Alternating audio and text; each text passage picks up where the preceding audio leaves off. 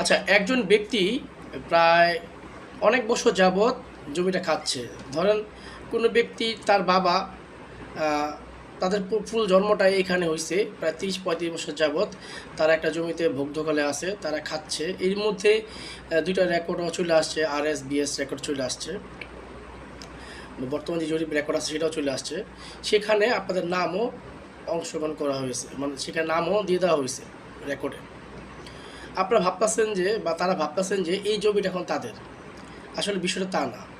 যতদিনই আপনি ভোগ দখল করেন না কেন, যত কয়েকশো বছরও ভোগ দখল করেন না কেন, কখনই সেই জমি আপনাদের নামে কখনই হবে না।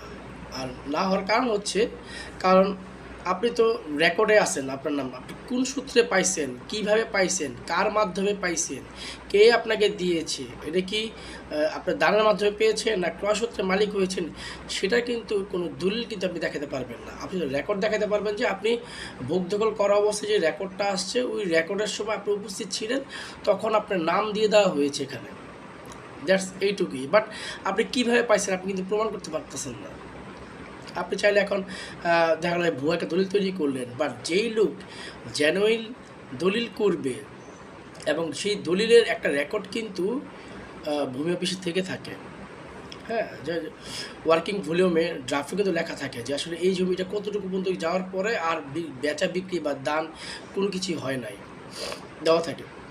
সেখানে কিন্তু আপনাদের কোনো রেকর্ড থাকবে না। তার মানে যতই আপনার একটা বা দুইটা রেকর্ড থাকুক আপনার নামে, আপনি দখলেও আছেন, তারপর কিন্তু জমি আপনার নামে হবে না বা তাদের নামে হবে না। আশা করি বিষয়টা বুঝতে পেরেছেন। যাদের জমি এখন পর্যন্ত এইভাবে অনেকে একটা দুটো রেকর্ড নিয়ে দলিল করে, মানে ভোগ দখলে আছে, 30-35 বছর 40 বছর আছে, আপনি চাইলে এটা একটা ভালো শক্ত উকিল ধরে সেইটার সুষ্ঠু সমাধান আপনি নিয়ে আসতে পারবেন, যদি আপনার কাছে অরিজিনাল দলিল এবং সিএসের কপি থেকে থাকে। তো সেই পারপাসে আপনি কিন্তু আপনার জমিটা ফিরে পেতে পারেন। তবে অবশ্যই ট্রাই করবেন যেন খাজনাটা যেন ঠিকমতো পরিশোধ করা হয়। ধন্যবাদ সবাইকে। যদি আরও এরকম সুন্দর সুন্দর ভিডিও পেতে চান, আমাদের চ্যানেলের সাথে সাথে থাকবেন, সাবস্ক্রাইব করে রাখবেন, তাহলে আর অনেক আপগ্রেড, বর্তমান সময়ে যে আইনের যে পরিবর্তন আসতেছে, যুগান্তরী পরিবর্তন আসতেছে, অনেক সহজ করা হচ্ছে, সেই বিষয়গুলো আপনারা আমাদের এখানে জানতে পারবেন। ধন্যবাদ সবাইকে।